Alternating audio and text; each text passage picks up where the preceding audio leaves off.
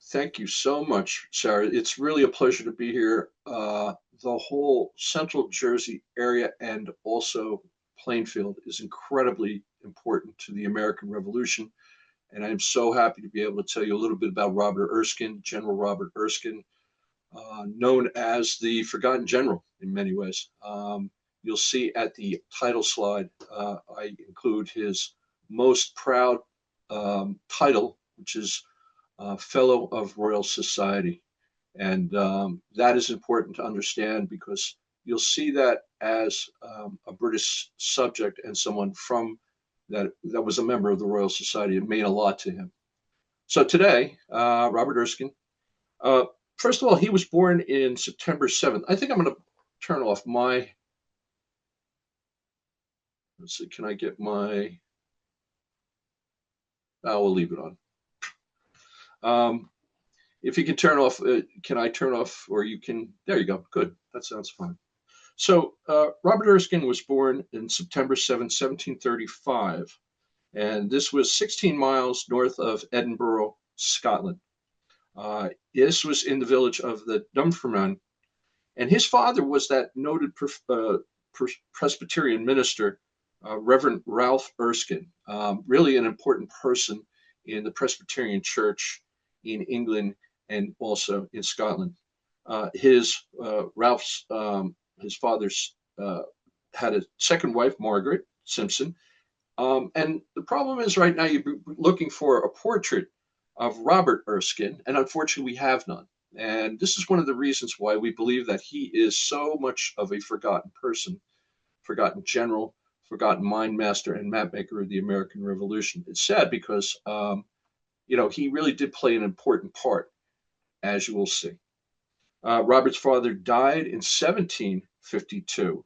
And this was just as when Robert entered the University of Edinburgh. 4 years later, Robert Erskine should have been admitted as a professor to that university, but instead he took a business partnership with a Mr. Swinson. And the problem was is that when okay, I think I can't be moving somehow. So there we go. Um, he should have been a professor in University of Edinburgh, but he took off this idea to be a businessman, and unfortunately, it didn't work out well. In This was in 1759. Um, the failed uh, the failed partnership. Erskine essentially went into debt. He actually served a teeny bit of time in a debtor's prison, but propelled by that need to get out of debt, Robert Erskine became an intensive period of engineering and invention during the 1760s. At age 30, Erskine is living in London and has invented the continual stream pump. This is really an interesting thing because moving water around was an important part of everyday life, and certainly in a city like London, this was one of the prime ideas to actually make water go where you want it to go and keep away from where you didn't want it to be. He invented this, and this is a somewhat compact unit. Um, he also was a surveyor of the survey and engineering for the London water supply. I don't want to say the London water supply because there were a lot of different ways to work with water in a city like London. He also invented this, which is the platometer. Platometer is an instrument to find the latitude and variation of magnetic north at sea. You could take a reading at any time of the day by two observations in the sun, and you would find out where you were essentially relationship to north. He became a land surveyor and engineer. Um, he suggested a lot of different improvements to London's waterways, and this was noted by the Royal Society of London and its president, Sir John Pringle. Pringle and this man, Benjamin Franklin, sponsored Erskine become a fellow of the society. So you will always see FRS, Fellow of the Royal Society, uh, next to Robert Erskine's name. As I say, I believe that was one of the most important things that happened to him in his life, the recognition of being an engineer, a scientist, and a fellow of the Royal Society. This happened on January 31st, 1771. We'll now start to keep the ideas of what the dates mean and how this all relates to Robert Erskine. He married Elizabeth, but their only prodigy, daughter Sarah, would not live to maturity. So let's talk about how he comes to America and what he does. In 1720, a lot of profitable copper deposits were discovered by a branch of the Schuyler family in the colony of New Jersey. Again, we are a royal colony, 1720. This was between the Hackensack and the Passaic rivers, and very close to what they called Second River, which is Belleville, New Jersey. This is essentially, the mines themselves are in North Arlington, very close to the Meadowlands. This was where America's first steam engine was used, and this was really to extract water from the mines. So again, water, mining, all these things come together for Robert Erskine. So there's also somewhat successful iron mining operations commenced in 1740 around the northern Bergen County area of Ringwood. This person, Baron Peter Hassenklefer, was the manager of these mines. This was owned by the American Iron Company. It was created in 1763 by a London syndicate to extract and refine ore from New Jersey and bring it to London, where it would be manufactured and sold back to the New Jersey Royal Colony. But by 1769, the company was near collapse. Probably, most people believe that Hassenklefer actually was not a good manager. At this time, Robert Erskine was sought out to manage the company, and this was to be in America. So he and Mrs. Erskine set sail to America in April of 1771, and he landed on June 5th in the port of New York. He traveled to Ringwood Manor, but this is an artist's rendition of what they believe Ringwood Manor or Ringwood, where Erskine would live, but it is not what we know today as the Hewitt Building in Ringwood Manor. We'll have another picture of that later on, and I encourage you to visit there. So now, Erskine is the Minemaster at Ringwood. That means he is making the mines work. He's trying to figure out best ways to smelt the ore and then also ship it to England. But he doesn't have a lot of managerial experience. Actually, when he was in London before he came to America, he visited quite a few of the English mining areas. And actually, that was one of the leading industrial nexuses for mining and for iron work. His first year was kind of tough, but he was soon improving a lot of the roads and utilizing his engineering skills to improve the efficiency of the mining operations. He opened this really wonderful place called the Belgrove Store in the Ramapo Mawa area. This was first as a company supply depot, but eventually became a well-known trading post, probably one of the most well-known trading posts in the region. Historians believe that this important store was located near the New York State border, off about Route 17, if you know the upper Bergen County area, literally on Island Road and very close to today's Ramapo Reformed Church in Mawa. Now, Erskine's associates were well-known families, the Sloats, the Wards, the Brinkerhoffs, and a very influential neighbor, William Alexander, or Lord Stirling. Stirling was an outspoken patriot, began quite a bit back before the Revolution started, but he would rise to the rank of Major General during the Revolutionary War. Understand, Erskine is a British citizen and an English businessman.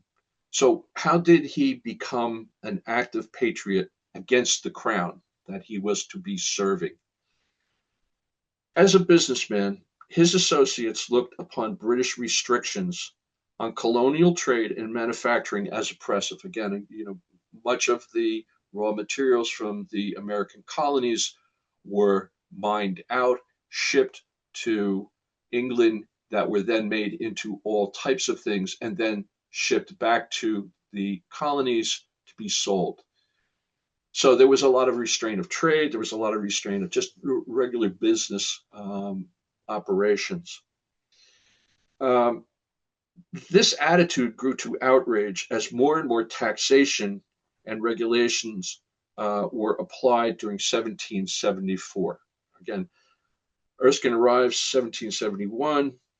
By 1774, there is a lot of discord in the American colonies.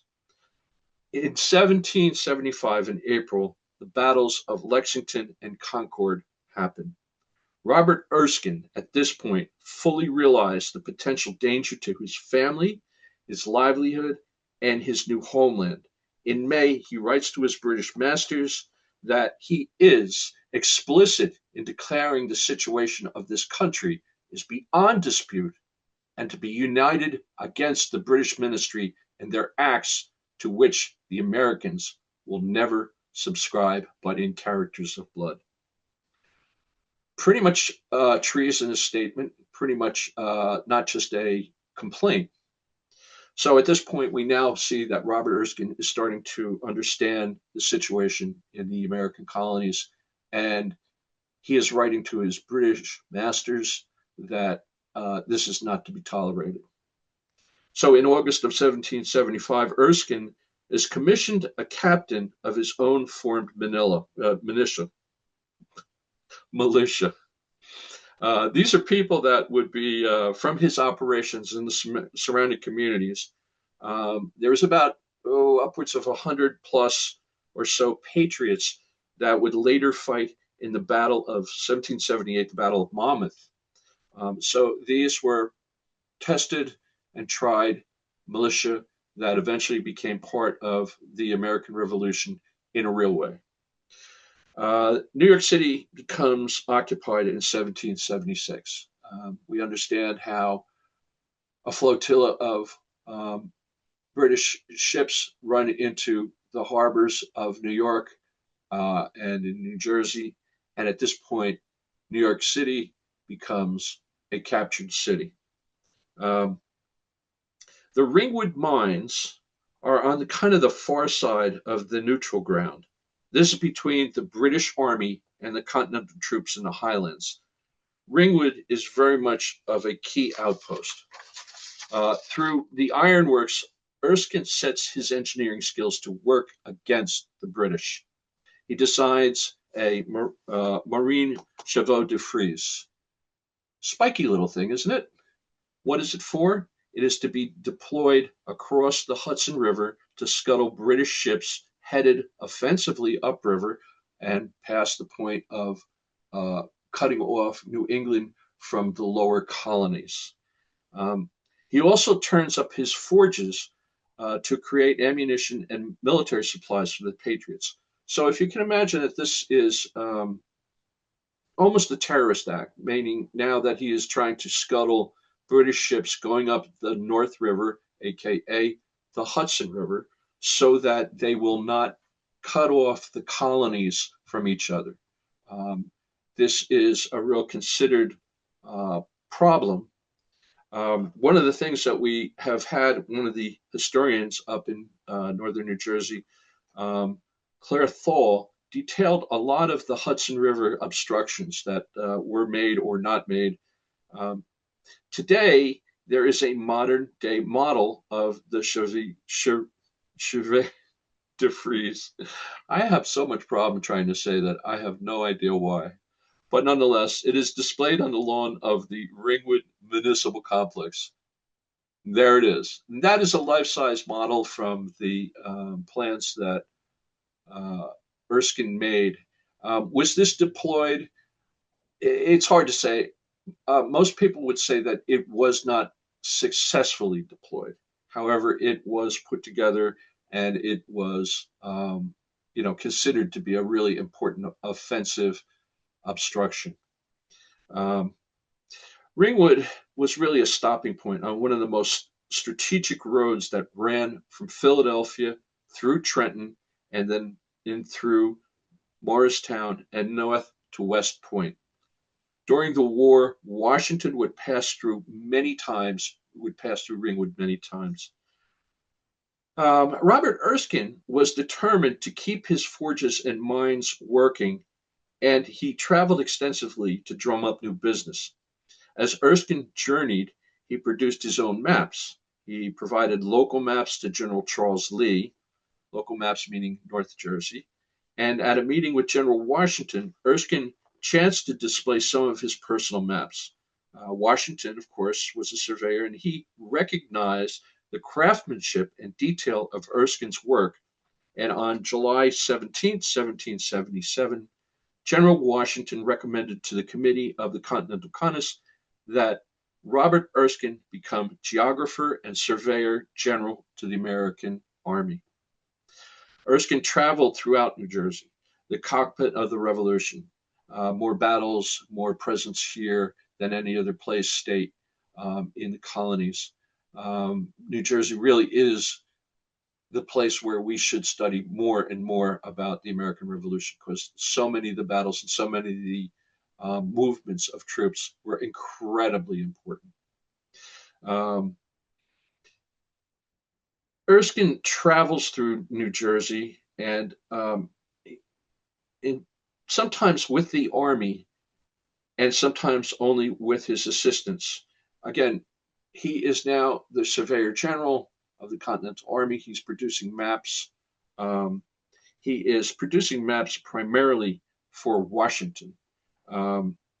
His assistants included Lieutenant Benjamin Lodge, Captain John Watkins, and Simeon DeWitt. That was to be his appointed understudy. DeWitt would eventually assume much of Erskine's duty after 1780.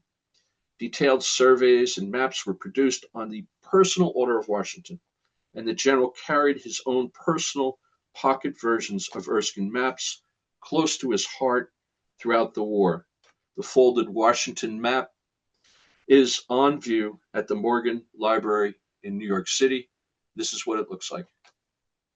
This is a fairly accessible map. I tell you this because if you would like to see it, they will bring it forth to you and they will put it in front of you. You won't be able to touch it.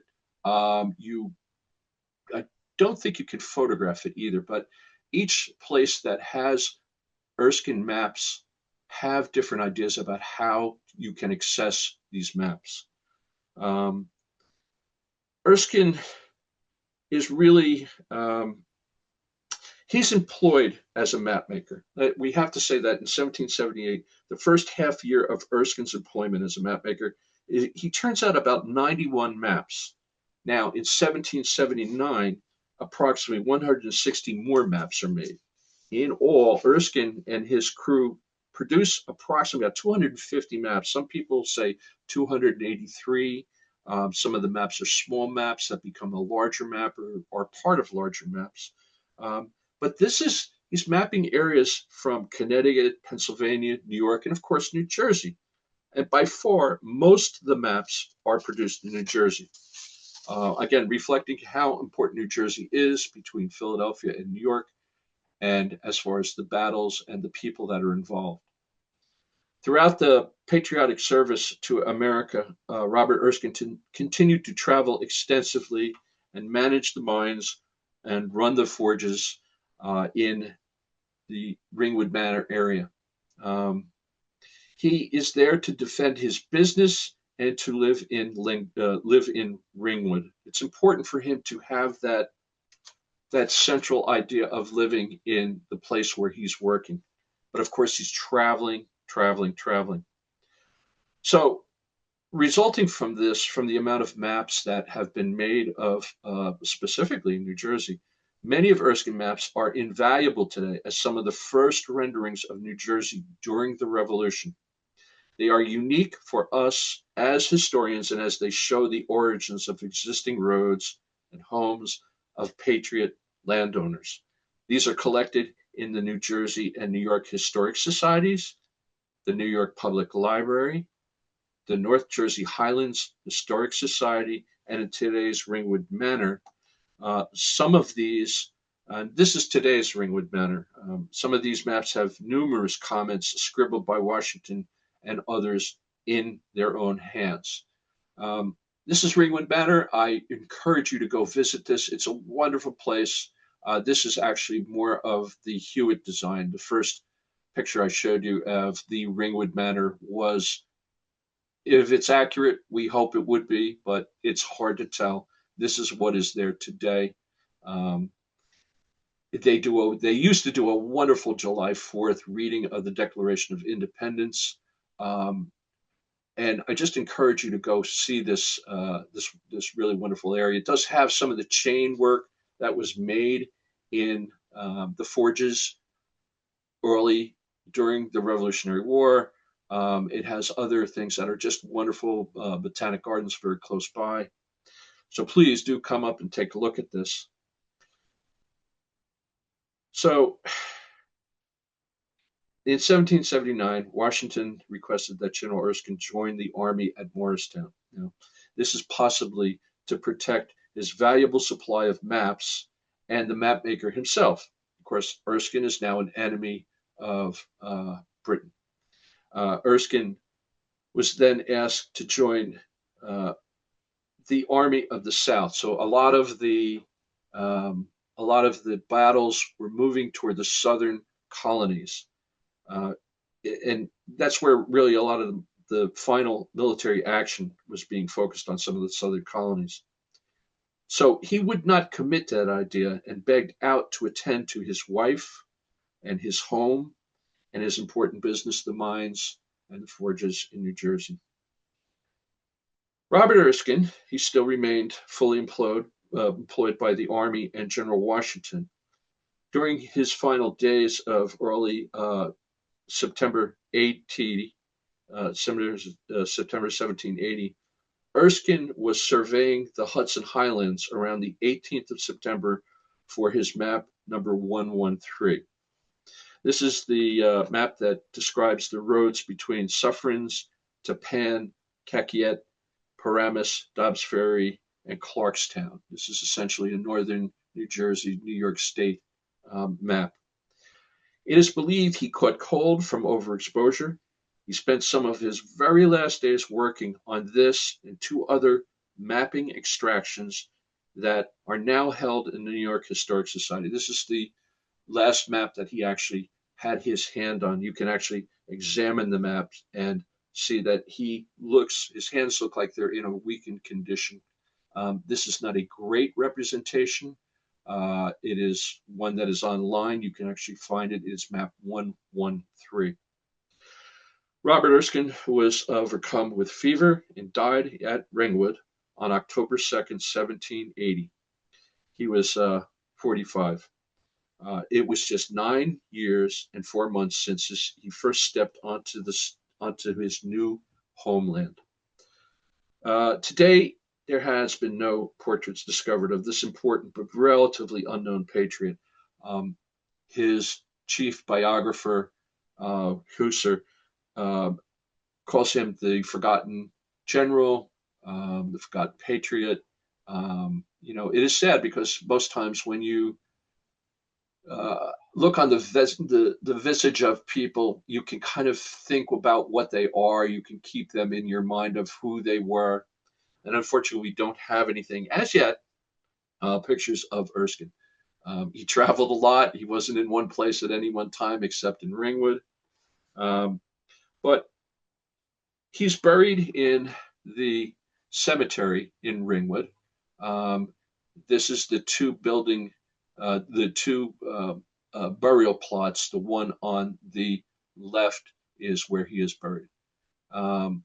He's also buried with many of the soldiers, some of the Continental Army troops some of the people that he worked with, all in the cemetery. It's a nice old cemetery. You can visit it. It's very open. Robert Erskine is there. And as you can see, again, the FRS at the end of his name, geographer and surveyor to the Continental Army. It is really an important thing to understand this because his maps are enduring. And the simple grave site is really the final reminders of how this common man and gave his full measure in guiding a new nation to liberty and freedom. It's not over. This is Erskine's. This is Erskine's endowment to us, because he was not only part of the revolution, but his maps live on. Because through research, discovery, study, and a lot of the graphical references on Erskine maps, we can represent not only where property and people were located during the American Revolution, but where the origin of these things that still exist and how to preserve them and tell their story today. I think that's important because understanding what happened to the revolution during the revolution is one thing. It's another thing to understand what was there and if it is still there today so that we can preserve that. So this is map 107. This shows somewhat degraded copy of a central New Jersey area that Erskine and his assistants mapped. Robert Erskine prescribed central New Jersey maps from number 77 to number 87. He actually put numbers on his maps. Most of his final maps, the small contractions and things like that, are maybe not always numbered, or they're numbered with letters that correspond to the maps. But this is the area that we are in today. Well, I'm up in New Jersey, but you're down here. Somewhere's down here, I believe. Unfortunately, I can't really make out a lot of this. I have been kind of tasked with discovering more Erskine material of the northern Bergen area and Bergen County. So I have not had a chance to really do a lot of work on central New Jersey. And believe me, I so understand how important the central part of New Jersey, Watchung, and the Drake House, and all the other places that make so much important difference in the American Revolution. Cockpit of the American Revolution, New Jersey, yeah, Central Jersey, Northern New Jersey, very important. And thankfully, we're going to start celebrating that and understanding a lot of this. So, two examples of how research on Erskine maps has been expressed by some communities today. This is what we have. We have a stone house survey in Bergen County. These are essentially Dutch, original Dutch colonial houses, sandstone. And you can see that a lot of times when we are trying to assess the importance of a structure, we'll note if it was on the Erskine maps. And of course, 1778 to 80, essentially that's when Erskine was alive and actually making maps, 1777 on up. So this is important for many surveys. I hope you have your historic site survey somewhere in the library, because I think every community in New Jersey actually had one done. Most of it, they were done by volunteers, but good volunteers, professional volunteers.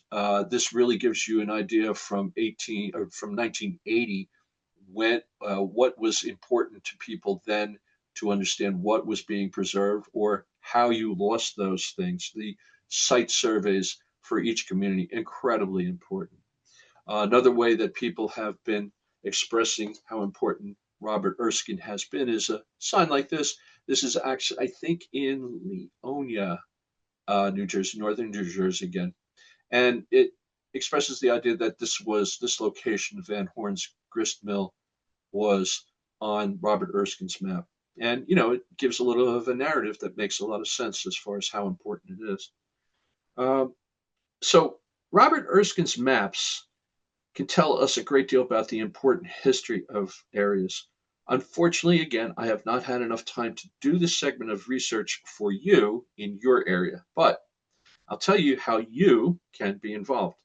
First of all, if you're interested, I'll give you my email address, and you can have a copy of the 107 map that I have.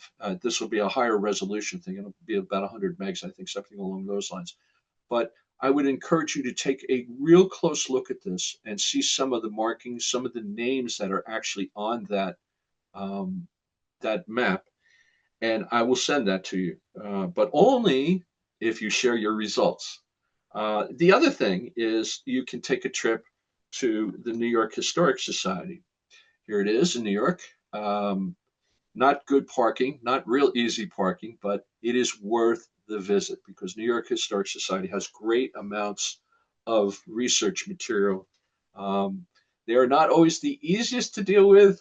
I think maybe some of you might know that already, but nonetheless, it is really worth time to get there. Um, and this is the way it works with the Erskine maps. You're not going to be seeing the Erskine maps themselves. So this is the interior. This is essentially where a lot of the research can be done. You arrive in this area here, and this is the way it works. What you're seeing in front of David Braun, who's another historian who's working on Erskine, is reverse stats of the original maps. So they bring these out, and you can kind of mess with them a little bit. They have, copies of these done digitally, but they have also copies done that has been reversed into something that makes sense. So these are spread out, and you're able to take pictures now. He brought a cell phone. I brought my big camera. I brought my big Nikon. I do commercial photography as a trade, and they don't mind that. They don't want you to bring pens. They want you to leave all your stuff downstairs. And so this is exactly how a lot of research libraries work. And what happens is you can take pictures, you spread these out, and you can see how some of the maps they have to be kind of combined together because these are separate maps or contractions or other ways that Erskine put together smaller maps to make maps of one larger size. So it looks like this. And of course, once you put it together, if you can smartly take pictures of this, and if you can bring it into Photoshop, like this is the English neighborhood, I believe. Oh yeah, down at the bottom down here, you can actually see English neighborhood. So this is kind of the eastern part of New Jersey. Let's say, uh, let's say, yeah, Leonia, Tenafly, that area. And what happens is once you do that, you can manipulate. If you get a good resolution of these images, you can manipulate them and turn them into positives. That's a relatively easy thing to do in a lot of Photoshop. This is the rendition that I have. I think I maybe made it even a little bit better with this one here. So you can actually emphasize the naming on some of the areas that you see here. So it is really important that people understand how these maps work because a lot of these maps could be overlaid or modern road work can be overlaid. Maps of modern roads can be overlaid on these, and you can actually see where some of the patriot houses were. Again, Washington was interested in knowing where his friends were and not his enemies in so many ways. He wanted to know where his enemies were, but he wanted to know where friendly places were and where and how he could get to them. So I have to thank you for allowing me to give you a little bit of an idea of Robert Erskine. I think it's really an important part of the American Revolution.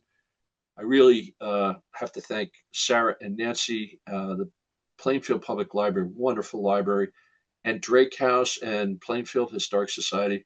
Boy, you guys are doing the job. So thank you again. I really appreciate the time that you've allowed me to tell you a little bit about Robert Erskine.